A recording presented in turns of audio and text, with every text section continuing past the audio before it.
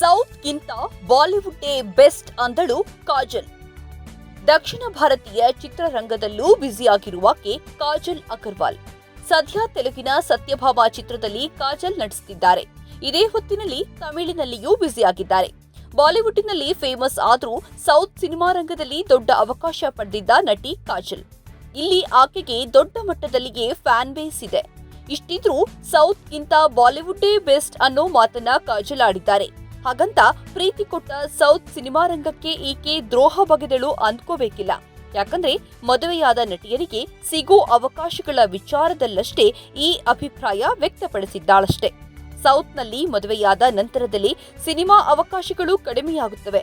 ಆದರೆ ಬಾಲಿವುಡ್ನಲ್ಲಿ ಸೆಕೆಂಡ್ ಇನ್ನಿಂಗ್ಸ್ಗೆ ವಿಪುಲ ಅವಕಾಶಗಳಿವೆ ಅಂದಿದ್ದಾಳೆ ಕಾಜಲ್.